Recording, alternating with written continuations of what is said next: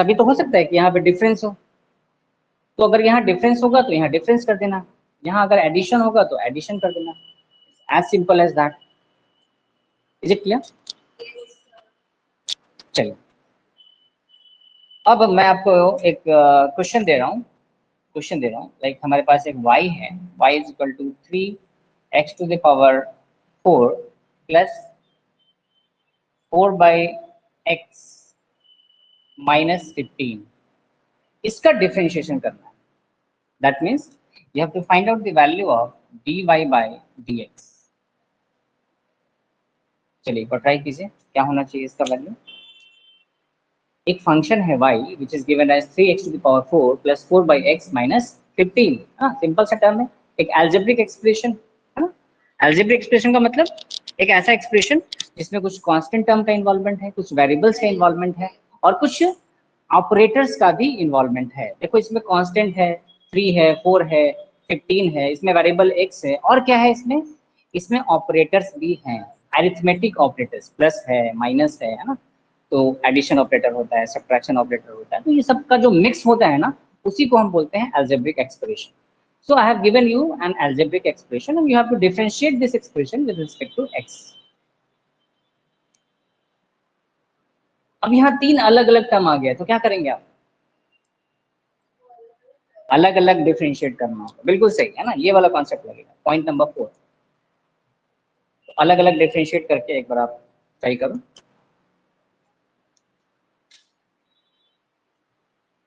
आप लोग फोन लेके आए हो क्या? अच्छा, फोन लेके नहीं।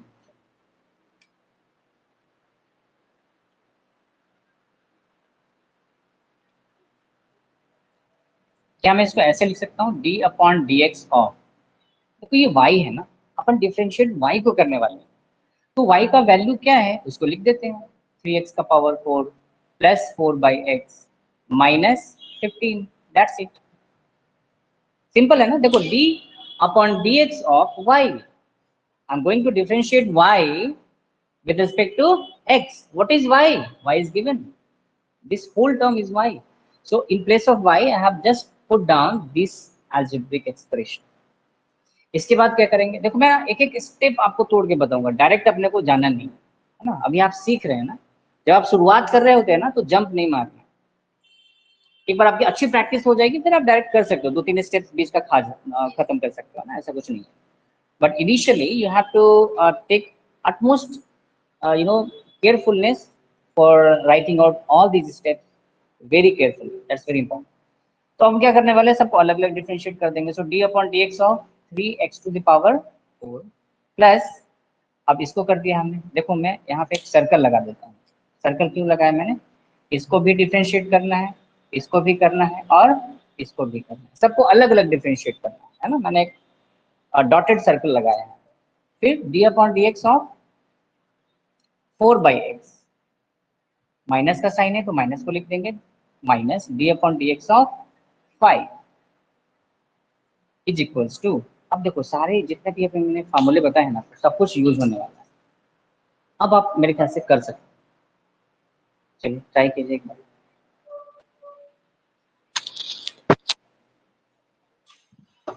ट्राई कीजिए, बताइए कितना आ रहा है।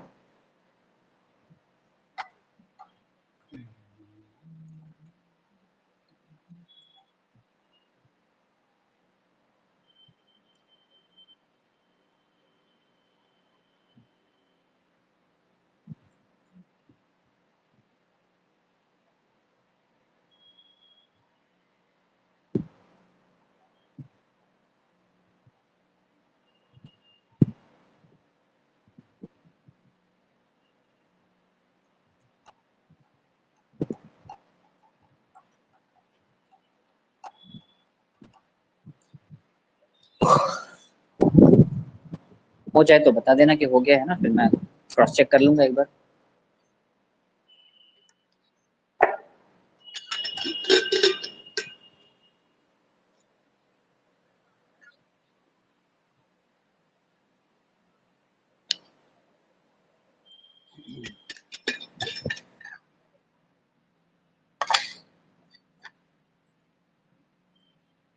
हो गया।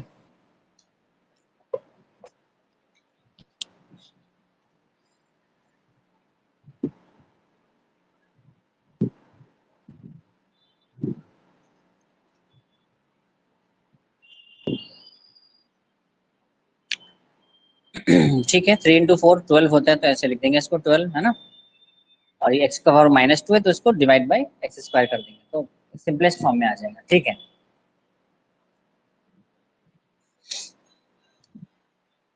आपको हो जाना चाहिए, क्योंकि लास्ट क्लास में जो मैंने कॉन्सेप्ट बताया था वही सारे कॉन्सेप्ट यूज होने वाले हैं, है ना।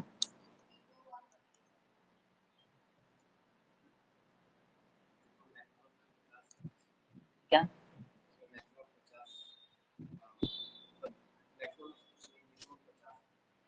50,000 तक? अच्छा, ठीक है, ठीक है।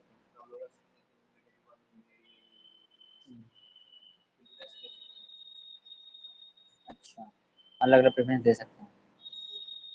चलो क्लास के बाद थोड़ा सा तो रुकना है ना, और बात करेंगे अपन।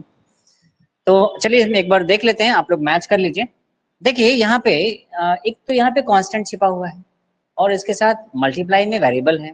तो मैंने क्या बताया था, k into x to the power n, तो आप क्या करेंगे, k को बाहर यानी कि इस कांस्टेंट को बाहर कर देंगे, और d upon d x of, again मैं ना एकदम से फिर से स्टेप को और सिंप्लीफाई कर दिया मैंने, प्लस ये देखो 4 भी कांस्टेंट है ना, इस 4 को भी बाहर किया, d upon d x of 1/x। तो 1/x को क्या लिख सकता हूं मैं, हाँ 1/x को अपन लिख सकते हैं x to the power -1 minus d upon d x of 5, and 5 is what, complete, क्या हुआ, अच्छा 15 है, 15 है यहाँ पे, ठीक है 15। सो 15 also it's a complete constant term, तो ये क्या हो जाएगा, कांस्टेंट का डिफरेंशिएशन क्या हो जाता है, 0 हो जाता है, तो मैंने इसको कैंसिल आउट कर दिया यहीं पे। चलिए मैं ऊपर थोड़ा सा रब करता हूँ इसको, है ना। देखो है बहुत आसान चीज है ना, बट मैं अलग अलग स्टेप्स में दिखा रहा था कि आपको समझ में एक एक चीज आ जाए। सो 3 इंटू, अब x टू द पावर 4 है, x to the power n का क्या होता है, n into x to the power n-1, तो ये कितना हो जाएगा 4 into x to the power n-1, तो एक पावर कम कर देना है, तो ये 4-1 कितना हो जाएगा, 3 हो जाएगा, प्लस 4 प्लस 4 इंटू, अब देखो यहाँ पे x टू द पावर -1, तो इसको भी किससे मल्टीप्लाई करेंगे, -1 से, into x to the power क्या हो जाएगा, -1, और एक और पावर -1 होगा, यस और नो, ठीक है। अच्छा इसके बाद तो कांस्टेंट है ना, तो कांस्टेंट का डिफरेंशियल 0 हो जाता है, so finally this will be 12x to the power 3 minus 4x to the power -2, which can also be written as 12x cube minus 4/x². So this is our final dy by dx. It's very important. So finally we have arrived at the result. बड़ा simple था, मैंने अपने से ही एक example frame किया है, अभी book से अपन कुछ भी नहीं पढ़ने वाले हैं, जो भी बेसिक्स है वो मैं अपने दिमाग से बताने वाला हूँ, फिर बुक से आप सॉल्व कर लेना, कोई प्रॉब्लम नहीं है, ठीक है। यहाँ तक क्लियर है, आगे चलें, ठीक, हो गया होगा आपको यहाँ तक। बाकी रिकॉर्डिंग तो हो ही रही, रिकॉर्ड हो ही रहा है, अगर आपको कुछ समझ में नहीं आता है तो आप बाद में रिकॉर्डिंग देख सकते हैं, है ना। तो ये फैसिलिटी मैं आप लोग को प्रोवाइड कर रहा हूँ, क्योंकि मैंने आपको बताया ना कि 9th और 10th के बाद तो जंप है, वो जंप बड़ा डिफिकल्ट सा जंप लगता है ना, क्योंकि बहुत सारी नई नई चीजें आपको देखने को मिलेंगी। तो रिकॉर्ड करने का मेरा एक पर्पस ये भी था, कई बार बच्चों को ना क्लास में पढ़ा है, समझ में आया, घर पे जब दोबारा से पढ़ने गए ना तो वो कंफ्यूजन आ जाता है, तो ये कंफ्यूजन उनके घर पे ना आए, है ना, इसके लिए मैंने रिकॉर्ड कर दिया कि चलो ठीक है, आप बाद में रिकॉर्डिंग भी देख सकते हो, है ना। तो ये फैसिलिटी पहले तो नहीं था, तो अपन टेक्नोलॉजी को थोड़ा सा यूज कर लेते हैं, यूटिलाइज कर लेते हैं, टेक्नोलॉजी का जो अच्छा फायदा है, गुड बेनिफिट्स है ना, तो ये एक अच्छी चीज है। चलिए अब आगे मैं एक और चीज आपको बताने वाला हूँ, वो क्या है, डिफरेंशिएशन ऑफ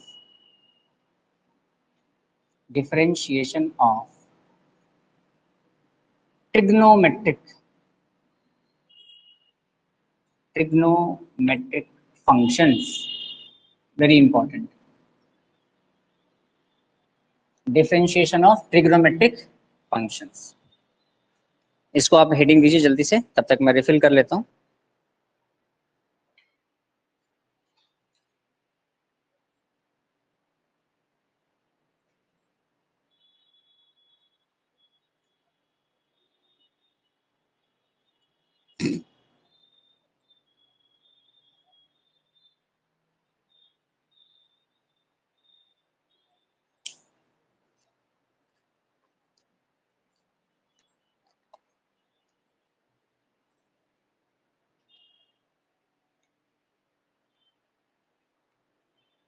लिख लिया सबने?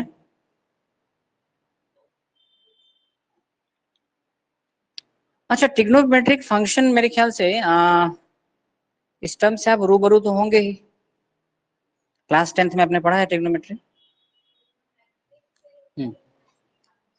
ट्रिग्नोमेट्री से आप रूबरू हैं, लेकिन फंक्शन सर पता नहीं क्या है ना। फंक्शन बहुत कोई कॉम्प्लेक्स चीज नहीं है ना। फंक्शन एक ऑपरेटर है एक तरीके से, है ना। तो हम बोलते हैं ट्रिग्नोमेट्रिक फंक्शन। फंक्शन का मतलब क्या होता है? जैसे मान लीजिए मैंने लिखा y equals to sine x, y equals to sine x, तो ये y किसका फंक्शन है? ये x का फंक्शन है। तो कई दफा बुक में ऐसे भी लिखा होता है f(x) equals to sine x, f(x) equal to sine x. अब बोलेंगे सर ये क्या कर दिया? यही है फंक्शन जो मैंने लिखा ना, f ब्रैकेट में x लिखा ना, ये क्या है? ये फंक्शन ऑफ x। मैं यहाँ पे लिख देता हूँ, इसका मतलब क्या है? This is called function of x, function of x। ठीक है। अब ये फंक्शन ऑफ x कहने का मतलब मैंने ऐसे क्यों लिखा कि y को fx कर दिया? क्योंकि देखा जाए तो ये जो y है ना, ये किस पे डिपेंड कर रहा है? ये x वाले टर्म पे तो डिपेंड कर रहा है, साइन ऑफ x। तो इसमें x वेरी कर रहा है ना। अगर x वेरी करेगा तो y वेरी कर जाएगा। क्यों? क्योंकि x वेरी करेगा तो साइन का कुछ वैल्यू निकलेगा। x का मतलब यहाँ क्या है? अरे x तो थीटा है ना, साइन थीटा। वैसे साइन x लिख दो, साइन z लिख दो, साइन t लिख दो, क्या फर्क पड़ता है? साइन के बाद जो भी लिखा है वो एंगल को रिप्रेजेंट करता है ना। तो ये जो हमारा फंक्शन है वो एंगल का फंक्शन है। मैंने यहाँ लिखा कि x का फंक्शन है। अगर मैं ऐसे लिखूं, अगर मैं ऐसे लिखूं कि y equals to sine theta, let's say मैंने यहाँ साइन थीटा लिख दिया, तो अब मेरे को यहाँ क्या लिखना पड़ेगा? f theta is equal to sine theta. Got it? Got it? अगर मैं लिखूं यहाँ पे y equals to sine t, क्या लिखा मैंने? Sign t। फंक्शन चेंज कर रहा हूं मैं, ऑपरेटर चेंज कर रहा हूं, दैट मीन्स यहाँ पर अब क्या लिखना पड़ेगा? Function of t is equal to sine t। आई बात समझ में? जैसे मैंने लिखा कि y equals to f x, simple. अभी एफ एक्स कुछ भी हो सकता है, x का फंक्शन होना चाहिए। एफ एक्स साइन एक्स भी हो सकता है, f x x cube plus x square भी हो सकता है, f x cotangent of x plus e raise to power x कुछ भी हो सकता है, लेकिन कुछ भी होगा वो x का फंक्शन होगा। Are you getting my point? That is very important. तो फंक्शन को थोड़ा समझो, ये बहुत आसान चीज है ना, ये कोई टफ चीज नहीं है। फंक्शन एक ऑपरेटर की तरह बिहेव करता है। अगर हम यहाँ पर x को चेंज करेंगे तो फंक्शन हमको चेंज करता हुआ मिलेगा। जैसे कल मैंने आपको एग्जांपल बताया था ना कि y equals to x square है ना, ये भी एक फंक्शन है। क्या? x का फंक्शन है ना। So if you change the value of x, then y will also be get changed. अगर x चेंज करेंगे तो y भी चेंज हो जाएगा, ऑब्वियस सी बात है। तो इसका मतलब एक रिलेशन है y और x के बीच में, और जिन जिन फंक्शन के आपस में रिलेशन होता है हम उसी का डिफरेंशिएशन निकालते हैं। कल मैंने आपको बताया था, है ना। ये तो बहुत बेसिक चीज मैंने आपको बताई थी। इसका मतलब ये हुआ कि जो भी ट्रिग्नोमेट्रिक फंक्शन है, अब ट्रिग्नोमेट्रिक फंक्शन का मतलब क्या है? You might have heard about various trigonometrical ratios. पढ़ा है आपने ट्रिग्नोमेट्रिक रेशियोज? कितने रेशियोज होते हैं? 6 होते हैं। कौन कौन होते हैं? करेक्ट। बेसिक तो 3 ही होता है, sine, sine theta, cos theta, tan theta. बाकी क्या होता है? रिवर्स होता है, रिवर्स प्रॉपर्टी। तो अपन क्या करने वाले हैं, बारी बारी से, है ना, इसका फॉर्मूला लिखने वाले हैं। क्या लिखने वाले हैं? सबसे first formula d upon d x of sine x, d upon d x of sine x. तो आपको पता होना चाहिए कि साइन एक्स को डिफ्रेंशिएट करेंगे x के रिस्पेक्ट में, तो इसका क्या आता है आंसर? कोसाइन ऑफ x आता है, जिसको शॉर्ट में अपन क्या लिख देते हैं? cos x। अगर आप बोलेंगे सर ये आया कैसे, तो फिर अगेन मैं बोलूंगा फर्स्ट डेरिवेटिव प्रिंसिपल से आप इसको निकाल सकते हैं, जो आपको क्लास 11th के मैथमेटिक्स में पढ़ना है। Don't worry for that. कल जो मैंने करके दिखाया था ना, y plus delta y, x plus delta x, वो फर्स्ट डेरिवेटिव प्रिंसिपल ही था। मैं यहाँ पे सिर्फ आपको रिजल्ट दे रहा हूँ, लेकिन जब आपको 11th का जब मैं मैथ्स में स्टार्ट करूंगा ना फर्स्ट डेरिवेटिव, तो मैं वहां पर ये प्रूफ करके भी दिखाऊंगा। बहुत आसान सा प्रूफ है। But for the time being आपको ये याद करना पड़ेगा, समझना पड़ेगा कि sin x का डिफरेंशिएशन क्या होता है, cos x होता है। ठीक है, अच्छा दूसरा फॉर्मूला क्या याद होना चाहिए, d upon d x of, अगर हम cos x निकालें तो cos x का पता है क्या हो जाता है, माइनस ऑफ sin x हो जाता है, याद रखिएगा। cos x का derivative minus of sin x हो जाता है। अच्छा कुछ चीजें याद कर लेने से ना फायदा होता है, क्योंकि ये चीजें बार बार आएंगी, है ना। जब पहली बार क्लास 9th में मैंने बच्चों को पढ़ाया था ट्रिग्नोमेट्रिकल रेशियोज में, तो एंगल का जो वैल्यूज है ना वो याद करने में बड़ी परेशानी होती थी। सर साइन 0 क्या होगा, 30 क्या होगा, 60 क्या होगा, 45 क्या होगा, कभी 1/√3 हो जा रहा है, कभी 1/√2 हो जा रहा है, कभी 1 हो जा रहा है, कभी √3/2 हो जा रहा है। लेकिन आप देखेंगे ना प्रैक्टिस करते करते करते वो याद हो गया। आपने बोर्ड दे दिया ना, तो मेरे ख्याल से आपको भी याद हो गया होगा, बहुत सारी वैल्यूज ऑलमोस्ट सब याद हो गया होगा। तो ये भी ना आपको याद हो जाएगा, एक बार मैंने लिखवा दिया है ना आपको याद हो जाएगा। बट अगेन मैं बोलूंगा कि अंडरस्टैंडिंग इज वेरी इंपॉर्टेंट। ये रिजल्ट क्यों आया माइनस ऑफ साइन एक्स, इसको समझना बहुत जरूरी है। तो इसका प्रूफ है, बहुत ही सिंपल प्रूफ है, कल जो मैंने बताया था उसी प्रूफ से आप कर सकते हैं। तो वो अपन मैथमेटिक्स में तो करने ही वाले हैं, यहाँ पर हम इसको एज ए टूल यूज करने वाले हैं कि है ना। एज ए टूल का मतलब कि भाई साइन एक्स का डिफरेंशिएशन कहीं आ गया तो उसको क्या कर देंगे, कॉस एक्स कर देंगे। कॉस एक्स का आ गया तो उसको माइनस साइन एक्स कर देंगे। Third, D upon d x of, अगर tan x आ गया तो ये हो जाता है सेकेंड स्क्वायर एक्स, जिसको शॉर्ट में क्या बोलते हैं, सेक स्क्वायर एक्स। अच्छा अब आता है d upon d x of cosec x, ये हो जाता है minus cosec x into cot x. Fourth, d upon d x of sec x, sec x हो जाता है sec x into tan x. d upon d x of cot x, cot x हो जाता है माइनस कॉसेक स्क्वायर एक्स। अब ये formula आपको याद होना चाहिए। ये जितने भी छह के छह जो ट्रिग्नोमेट्रिकल रेशियोज हैं इसके फॉर्मूले आपको याद होना चाहिए, क्योंकि ना जब भी हम क्वेश्चन सॉल्व करेंगे डिफरेंशिएशन का तो एज ए टूल आपको ये रिजल्ट याद होना चाहिए, नहीं तो फिर बार बार क्या होगा, कंफ्यूजन होगा, आप प्रॉब्लम सॉल्व कर नहीं पाएंगे। तो ये बड़ा इंपॉर्टेंट, इसको नोट कर लीजिए। अभी इस पे बेस्ड भी कुछ क्वेश्चन मैं आपको करवाऊंगा।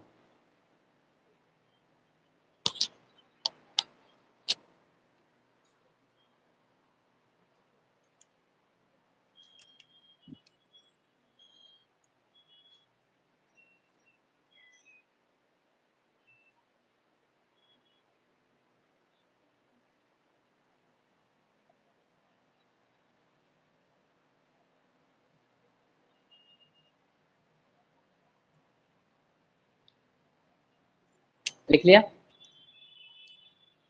अच्छा कई बार क्या होता है ना कि किसी चीज को ना दो बार भी डिफरेंशिएट करना पड़ सकता है। जैसे मैंने लिखा y equal to sine x, है ना। तो अगर मैं इसको एक बार डिफरेंशिएट करूं तो क्या लिखूंगा मैं इसको, dy बाई डी एक्स, मतलब ये हो जाएगा d upon d x of sine x. और dy बाई डी एक्स का वैल्यू कितना आ जाएगा, साइन एक्स का क्या बताया मैंने, कॉस एक्स बताया ना। लेकिन कई बार एग्जाम में क्या होता है ना, बोलते हैं कि दो बार डेरिवेटिव निकालो, उसको बोलते हैं second order derivative. dy by d x का एक और नाम होता है ना, dy बाई डी एक्स का एक और नाम होता है, इसको बोलते हैं first order derivative. First order derivative dy by d x, मतलब एक बार डिफरेंशिएट किया तो उसको बोलेंगे फर्स्ट ऑर्डर डेरिवेटिव, अगर दो बार डिफरेंशिएट किया तो सेकंड। यानी इस टर्म को दोबारा से डिफरेंशिएट कर रहे हैं तो क्या बोलते हैं इसको, इसको बोलते हैं d upon d x of, ये dy बाई डी एक्स जो आया ना, dy बाई जो dx आया है इसको डिफरेंशिएट कर रहे हैं फिर हम x के रिस्पेक्ट में, मतलब डबल डिफरेंशिएशन हो गया। तो इसी को हम क्या बोल देते हैं, इसी को बोल देते हैं d2y upon d x square. ठीक है, तो इसको क्या बोलते हैं, d2y by d x square. This is called second order derivative, second order derivative. अभी थोड़ा सा अजीब लगेगा आपको क्योंकि पहली बार आप पढ़ रहे हैं, है ना। धीरे धीरे धीरे आपको आदत हो जाएगी, जब मैं dy बाई dx बोलूंगा तो समझ में आ जाएगा, एक बार डिफरेंशिएट किया। अगर कहीं लिखा मिल जाए d2y अपॉन dx स्क्वायर, मतलब सेम फंक्शन को 2 बार डिफरेंशिएट किया है, that is called second order derivative. अच्छा, इसको रिप्रेजेंट करने का एक और तरीका, मैंने बताया कि y जो है वो fx है, y क्या है हमारा, fx है, मतलब x का फंक्शन है। तो अगर मैंने यहाँ लिखा dy बाई dx, तो आप इसको क्या लिखेंगे, d upon dx of fx, ये सर नो बताइए, है ना। अच्छा, d upon dx of fx को एक तरीका और होता है रिप्रेजेंट करना, f डैश ऑफ x। अच्छा, ये बड़ा नया एक्सपीरियंस हो गया आपके लिए, यानी dy बाई dx को हम ऐसे भी बोलते हैं f डैश ऑफ x, है ना। तो f डैश ऑफ x का मतलब क्या होता है, अरे इसका मतलब वही है, ये दोनों एक ही चीज है, दोनों एक ही सिक्के के दो पहलू हैं, मतलब ये दोनों का दोनों क्या है, ये दोनों का दोनों क्या दिखा रहा है, फर्स्ट ऑर्डर डेरिवेटिव है, फर्स्ट ऑर्डर डेरिवेटिव। जैसे आप नोट करते जाइए, दिमाग पे ज्यादा स्ट्रेस मत लीजिए, है ना। ये दोनों एक ही चीज है, या तो हम dy बाई dx लिखें, देखो ना, देखो y और fx तो बराबर था ना, आपस में बराबर था ना। तो मैंने क्या किया, d upon dx of y, मतलब dy बाई dx किया, तो इधर भी क्या हो जाएगा, d upon dx of fx करना पड़ेगा। अच्छा, d upon dx of fx को हम ऐसे भी लिखते हैं f डैश x, मतलब अपने fx को डिफरेंशिएट कर दिया x के रिस्पेक्ट में, तो हम इसको ऐसे भी लिखते हैं f डैश x या f कॉम्प्लीमेंट x। आई बात समझ में। तो dy बाई dx बोलो या f डैश x बोलो, एक ही बात है। सिमिलरली अगर मान लीजिए लिखा हुआ है d2y बाई dx स्क्वायर, इसका मतलब ये होगा f डबल डैश x। आई बात समझ में, समझ में आया। तो इसको क्या बोल देंगे अपन, इसको बोल देंगे सेकंड ऑर्डर डेरिवेटिव, दोनों एक ही चीज है, सेकंड ऑर्डर डेरिवेटिव। अभी बताया ना, d2y बाई dx स्क्वायर क्या रिप्रेजेंट करता है, सेकंड ऑर्डर डेरिवेटिव। और ये जो d2y बाई dx स्क्वायर होता है ना, अगर अगर ये सेकंड ऑर्डर डेरिवेटिव है और इसको अगर मुझे fx के टर्म्स में लिखना है, तो f के ऊपर 2 बार डैश लगा देंगे। अगर f के ऊपर 3 बार डैश लग गया तो थर्ड ऑर्डर डेरिवेटिव हो जाएगा, एंड सो ऑन, है ना। तो आप जब कैलकुलस में और थोड़ा अंदर जाएंगे, है ना, थोड़ा सा और डेप्थ में जाएंगे, तो आपको nth ऑर्डर का भी डेरिवेटिव पढ़ना है, nth ऑर्डर डेरिवेटिव, है ना, nth ऑर्डर का डेरिवेटिव। तो यहाँ तक आई होप आपने लिख लिया होगा। तो ऐसे करते करते इसको मैं रब कर दूं क्या,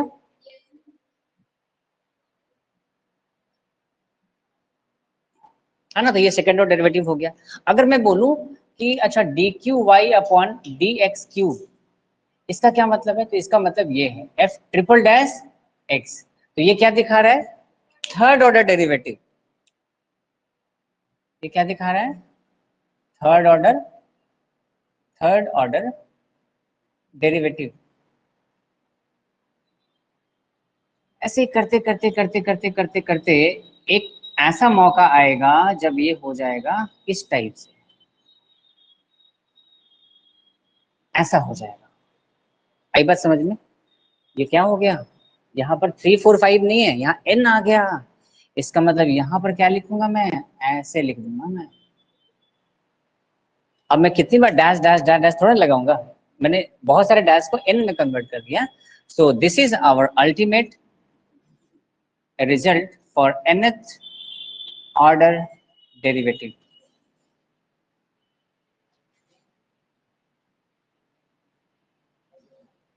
this is our nth order derivative.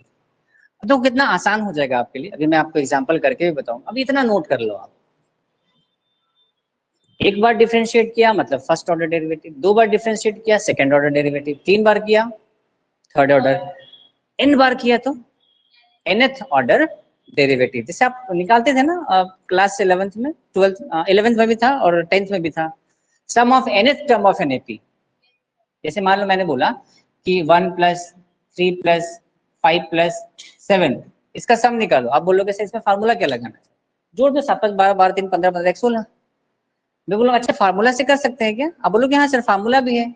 वो क्या फार्मूला है, यूनिट टर्म का फार्मूला होता है n/2 into first term plus last term, क्योंकि हमें फर्स्ट टर्म भी पता है लास्ट टर्म भी पता है, इसको भी यूज करके अपन निकाल सकते हैं।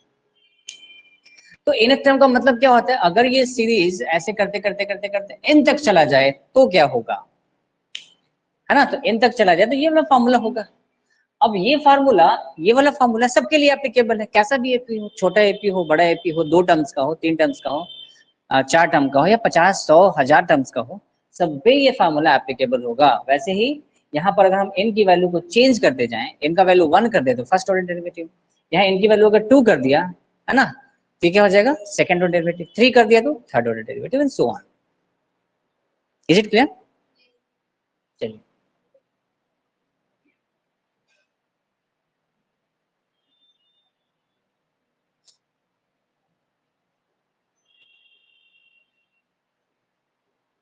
तो अब मान लीजिए हमारे पास एक फंक्शन है f x is equals to 3 sine x plus root x, और इसका मुझे निकालना है एफ डैश एक्स। अब थोड़ा सा चेंज हो गया ना मामला, मैं पहले d y by d x बोलता था, अब मैं एफ डैश एक्स बोल रहा हूँ, बात तो वही है ना। एफ एक्स गिवन है, मैंने बोला इसका एफ डैश एक्स निकालो, मतलब पूरे फंक्शन का एक बार डिफरेंशिएट कर दो, वही तो है कहने का मतलब एफ डैश एक्स का, ये सब नो। अरे एफ डैश एक्स का मतलब क्या हुआ, इसका मतलब ये तो हुआ D upon d x of ये जो फंक्शन दे रखा है एफ एक्स, अभी बताया ना मैंने, अभी तो मैंने बताया कि पूरे फंक्शन को एक बार डिफरेंशिएट कर दो तो हम उसको बोलते हैं f dash x. That means d upon d x of, हमारा फंक्शन क्या है, हमारा फंक्शन है 3 sine x plus root x. अब ये आपको सॉल्व करना है, इसका मतलब देखो दो अलग अलग फंक्शन आ गए ना, देखो जरा, एक ट्रिग्नोमेट्रिक फंक्शन है, एक अलजेब्रिक फंक्शन है, दोनों को अलग अलग डिफरेंशिएट करोगे तो कितना हो जाएगा, d upon d x of 3 sine x plus d upon d x of square root of x और रेडिकल ऑफ एक्स, और सिंपली रूट एक्स आप इसको बोल सकते हैं। 3 कांस्टेंट है क्या, बाहर निकालिए इसको, so 3 d upon d x of, right चली गई, ये हो गया sine x plus d upon d x of root x को क्या लिख सकते हैं, square root of x, x to the power -2, think again, x to the power half ना, है ना। देखिए आप लोग एक्सपोनेंट्स तो आपने पढ़ा होगा, स्क्वायर रूट ऑफ एक्स का मतलब ये ना 2 हिडन होता है, छिपा हुआ होता है ना, आपको दिख नहीं रहा मतलब 2 छिपा हुआ है, this is written as x to the power half. अगर मैं ऐसा लिखूं क्यूबिक रूट ऑफ एक्स, तो इसका मतलब एक्स का पावर 1/3। अच्छा क्वेश्चन में मेरा मन करता तो मैं यहाँ क्यूबिक रूट ऑफ एक्स लिख देता, मेरा मन करता मैं यहाँ फिफ्थ रूट लिख देता, कुछ भी लिख सकता हूँ मैं। मैंने अलजेब्रिक एक्सप्रेशन का एक ही आपको फॉर्मूला बताया है, x to the power n1, कैसा भी अलजेब्रिक एक्सप्रेशन होगा सब उसी पे फिट होगा, है ना, छोटे से लेके बड़ा तक कैसा भी हो, इज इक्वल्स टू, अब मुझे बताइए, इज इक्वल टू 3, अच्छा D upon d x of sine x क्या होता है, कॉस एक्स, तो ये हो जाएगा 3 into cos x plus x to the power half, तो देखो हाफ बाहर आएगा, आएगा कि नहीं जल्दी बताओ, आएगा ना, अरे x to the power n, तो पहले n आया ना, तो इनटू x का पावर क्या होगा n माइनस 1 होगा ना, is equals to, so this is called 3 cos x plus half into x to the power half -1 minus half, is equals to, ऊपर लिखता हूँ, इज इक्वल्स टू, ये हो जाएगा 3 cos x प्लस हाफ, अगर मैं इसके पावर जो नेगेटिव है इसको अगर मैं पॉजिटिव बनाना चाहूँ तो ये पावर नीचे आ जाएगा ऐसे, ये सर लो। अच्छा फाइनली मैं आंसर लिखने जा रहा हूँ, this is 3 cos x plus 1/2 root x, yes और no, and this is our final answer, क्योंकि x की पावर हाफ क्या हो जाता है, रूट ऑफ x हो जाता है, so this is our final answer for this question. अब मुझे बताइए कि अभी तक जो मैंने आपको कॉन्सेप्ट बताया, जो फॉर्मूला बताया है ना, क्या उस कॉन्सेप्ट की हेल्प से आप ये प्रॉब्लम को सॉल्व कर सकते थे, कर सकते थे ना। अच्छा ऐसा नहीं है कि ट्रिग्नोमेट्रिक फंक्शन में सिर्फ ऐसे ही क्वेश्चंस आएंगे, बड़े घुमावदार क्वेश्चंस भी आते हैं, अपन वो सब कुछ देखने वाले हैं, जितने भी ट्विस्ट एंड ट्रिक्स हो सकते हैं इस क्वेश्चन के अंदर, डिफरेंशिएशन के अंदर, है ना, वो पूरा का पूरा बेसिक्स में कवर करने वाला हूं। इसलिए मैंने बोला कि इस टूल्स को ना अच्छे से यूज करो, है ना। कोई बच्चा बोलता है सर मेरा इंटरेस्ट है प्रोग्रामिंग में, तो प्रोग्रामिंग में अगर आपका इंटरेस्ट है तो किसी एक प्रोग्रामिंग स्किल को अच्छे से सीखो, एकदम डेप्थ में जाके सीखो, है ना। वैसे ही एक टूल है डिफरेंशिएशन, तो इसको अच्छे से सीखो। हर टाइप के डिफरेंशिएशन फंक्शंस होंगे, हर टाइप का जो फंक्शन होगा उन सबका डिफरेंशिएशन किस तरीके से होता है वो सब कुछ आपको सीखना पड़ेगा। तो इसको जल्दी से नोट कर लीजिए, और इसमें कोई कंफ्यूजन है, डाउट है तो पूछ सकते हैं आप।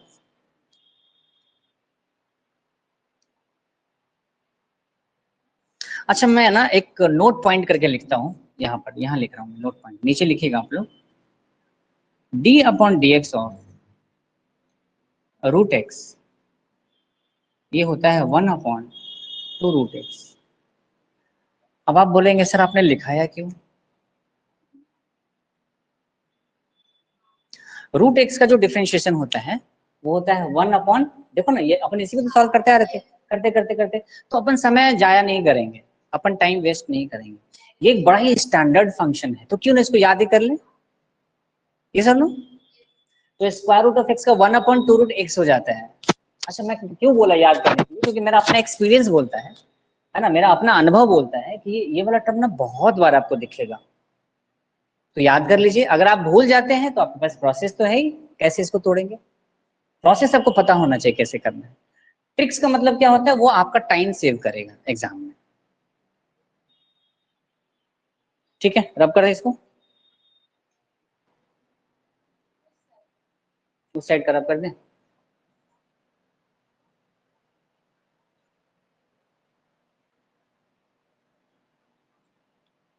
अच्छा, बोर्ड पे लाइट सफिशिएंट है ना? ये ज्यादा हो जाएगा, है ना, आंख पे आ रहा है। चलो ठीक, इसको रहने दे।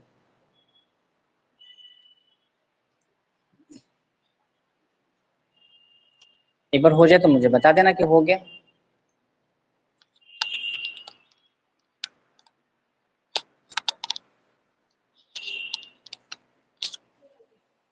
हो गया ना? चलिए, इसको मैं रब कर देता हूँ फिर।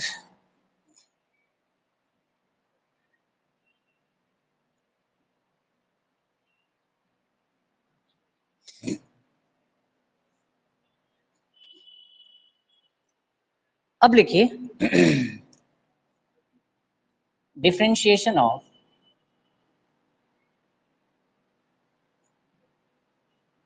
Exponential function, exponential function.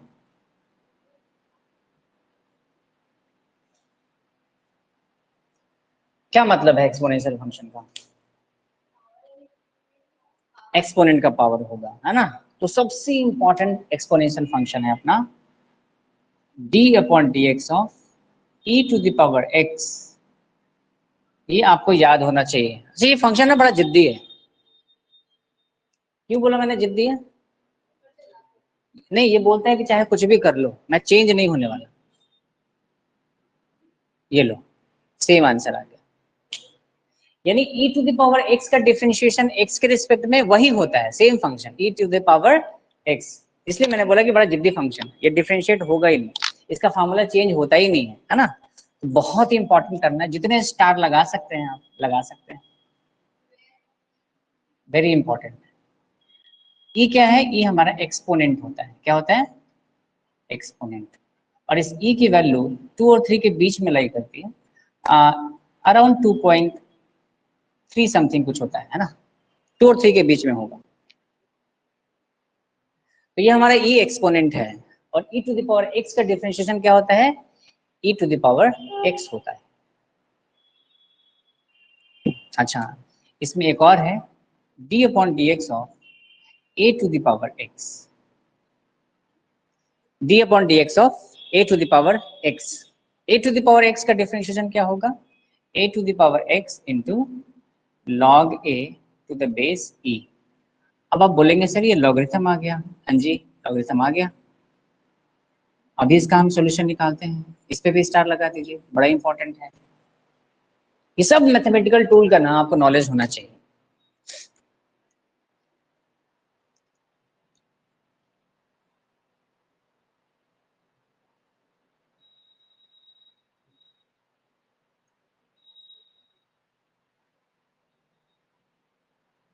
ठीक है,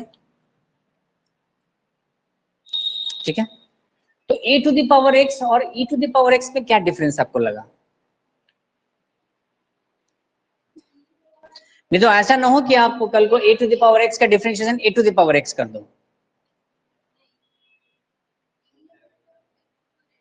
क्या डिफरेंस है आपको बताइए, आप मुझे सोच के बताइए आपको क्या डिफरेंस दिख रहा है।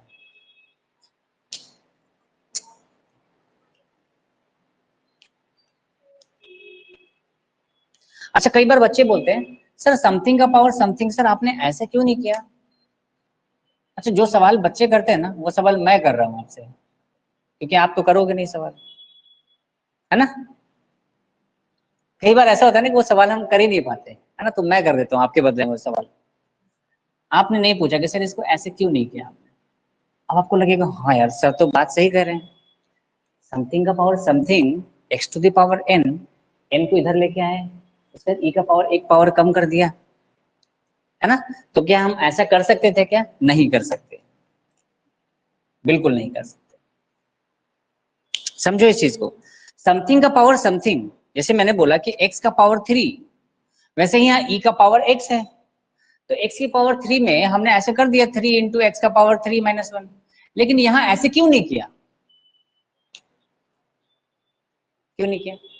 थोड़ा सोचो। ये मेरे सवाल मेरा नहीं है, बच्चे का ही सवाल पूछा हुआ है ना। कई बार बच्चे सवाल पूछते हैं, अच्छा डाउट लगता है तो दिमाग में फिक्स हो जाता है। चलिए मैं बता देता हूँ क्यों नहीं ऐसा कर सकते। देखो, अगर मैं बोल रहा हूँ कि d upon d x of x to the power n, इस फंक्शन को अगर गौर से देखेंगे ना तो पता चलेगा कि वेरिएबल का पावर कांस्टेंट है। क्या पता चलेगा? वेरिएबल का पावर, लेकिन यहां ध्यान से देखेंगे तो उल्टा हो गया है, कांस्टेंट का पावर वेरिएबल है। Are getting a point? तो जब भी कांस्टेंट का पावर वेरिएबल होगा ना तो ये वाला फॉर्मूला नहीं लगेगा। मैं यहां लिख देता हूं, ये जो e to the power x है ये किस फॉर्म में है? Constant to the power variable. ये भी क्या है? Constant to the power variable type का टर्म है ना। लेकिन ये जो चीज मैंने आपको बताई थी x की पावर n, ये क्या है? ये है variable to the power constant.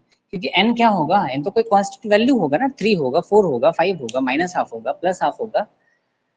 तो ये फर्क पड़ता है वेरिएबल का पावर कांस्टेंट और कांस्टेंट का पावर वेरिएबल का। आ रही बात समझ में?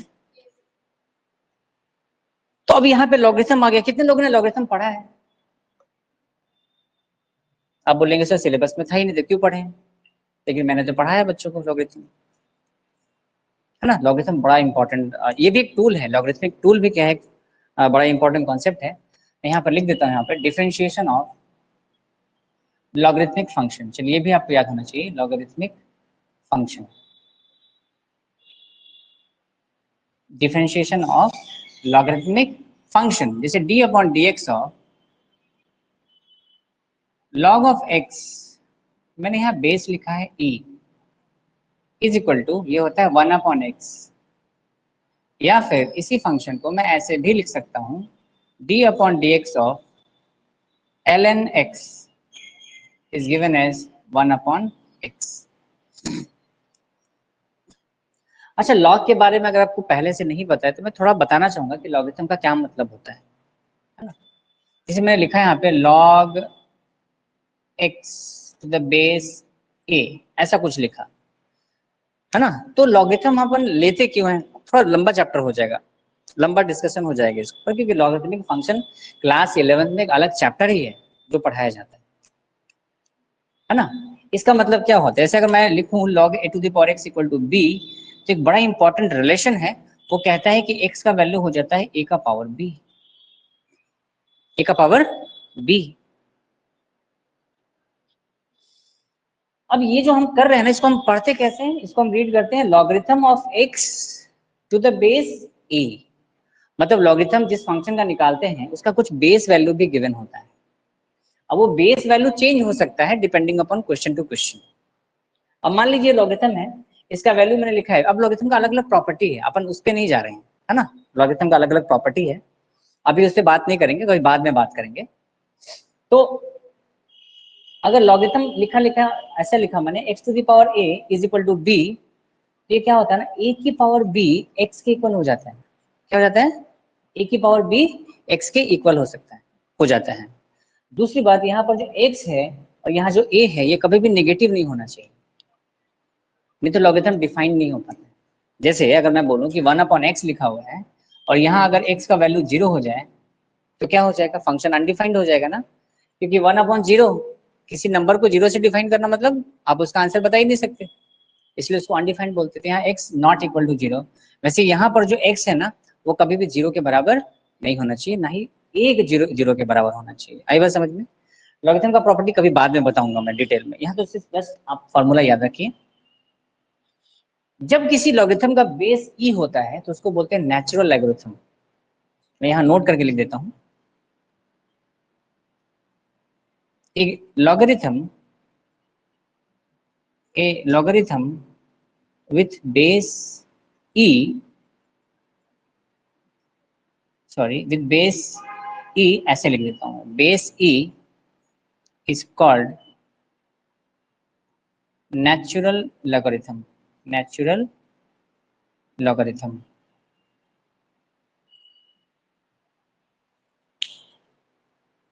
देखो लॉगरिथम किसका निकाल रहे हैं हम, x का निकाल रहे हैं। बेस क्या है, बेस इसके जस्ट नीचे जो लिखा हुआ है इसको बोलते हैं बेस। अगर किसी लॉगरिथम का बेस e हो तो उसको बोलते हैं नेचुरल लॉगरिथम। एग्जाम में आपसे पूछा जा सकता है कि नेचुरल लॉगरिथम का डिफरेंशिएशन है ना x के रिस्पेक्ट में कितना होगा, 1/x होगा, है ना। अच्छा अगर मैं ऐसा बोलूं, मैं आपसे पूछूं कि ये मैंने क्या लिख दिया, ये ln x लिख दिया, ये दोनों एक ही बात है। मैं यहाँ लिख देता हूँ यहाँ कि या तो मैं ऐसे लिखूं log of x to the base e, या फिर मैं लिखूं ln x। ये दोनों एक ही चीज है, सिर्फ रिप्रेजेंटेशन का तरीका अलग है, बट कॉन्सेप्ट वही है। अगर कहीं ln x दिख जाए तो समझ जाना कि log of x to the base e है। इसका मतलब क्या है, log of x to the base e है। ln x का मतलब नेचुरल लॉग होता है। ln x का मतलब क्या होता है, नेचुरल लॉग। क्यों, क्योंकि इसका बेस e है। अब बेस कुछ भी हो सकता है ना, लेकिन अगर बेस e होगा तो उसको बोलेंगे नेचुरल लॉगरिथम। तो इसका डिफरेंशिएशन क्या होता है, 1/x होता है, ये आपको पता होना चाहिए।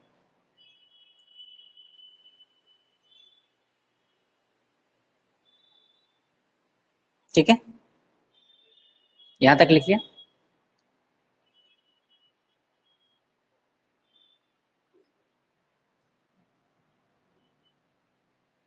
ये सारे मैथमेटिकल टूल्स ना मैं आपको इसलिए बता रहा हूँ क्योंकि इसका एप्लीकेशन होने वाला है, बहुत इंपॉर्टेंट एप्लीकेशन।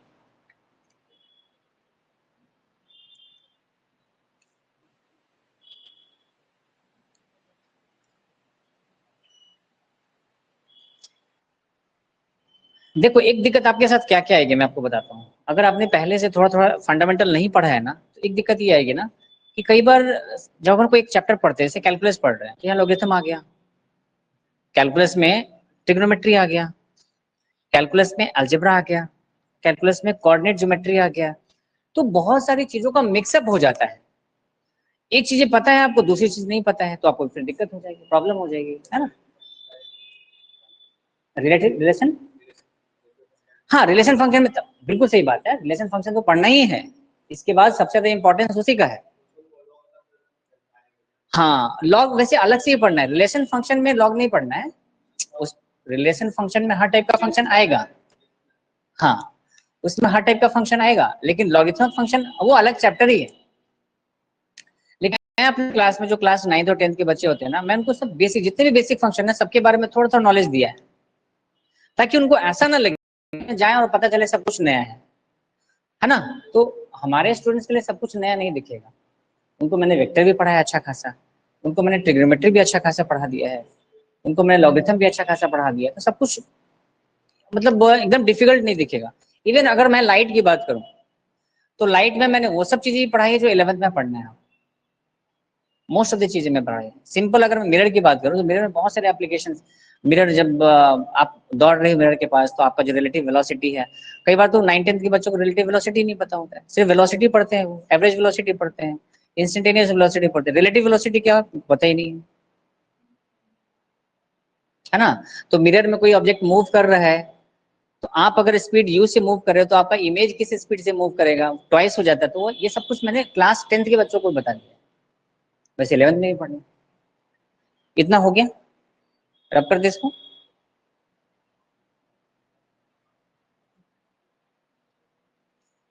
अब जैसे मान लीजिए मैंने क्वेश्चन दिया, एक लास्ट क्वेश्चन है आज का। मान लीजिए y equals to e to the power x 1/5 e to the power x minus √3 sin x plus 2 log x plus 2/x³। इसका निकालना है डिफरेंशिएशन x के रिस्पेक्ट में, मतलब dy/dx। अब देखो धीरे धीरे धीरे धीरे ना आपको ऐसा लगेगा कि अलग अलग टाइप के फंक्शंस ऐड होते जा रहे हैं। पहले सिर्फ अलजेब्रिक फंक्शन किया, फिर ट्रिग्नोमेट्रिक किया, अब इसमें एक्सपोनेंट वाला भी टर्म आ गया है, लॉगरिथम वाला भी टर्म आ गया है ना, बहुत सारे टर्म्स आ गए।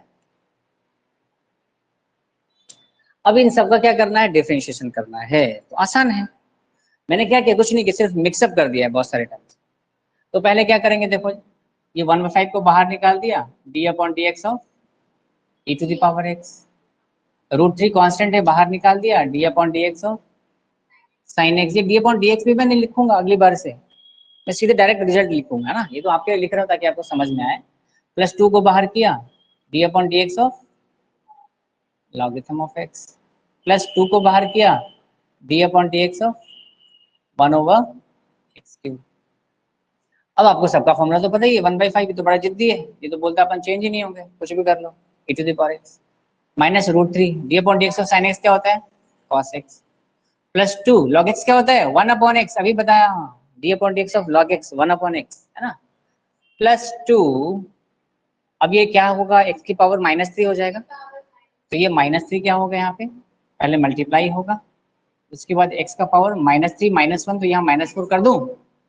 सो फाइनली आंसर क्या हो जाएगा, 1/5 e to the power x minus √3 cos x plus 2/x minus 6x to the -6 divided by to the power 4, and this is your final answer.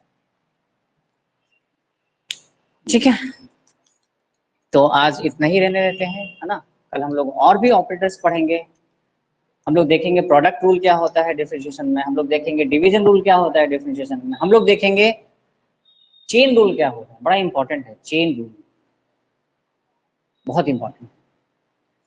अभी अगर मैं आपसे पूछ दूं e की पावर 2x का क्या होगा डिफरेंशिएशन, तो आप नहीं बता पाएंगे। 2x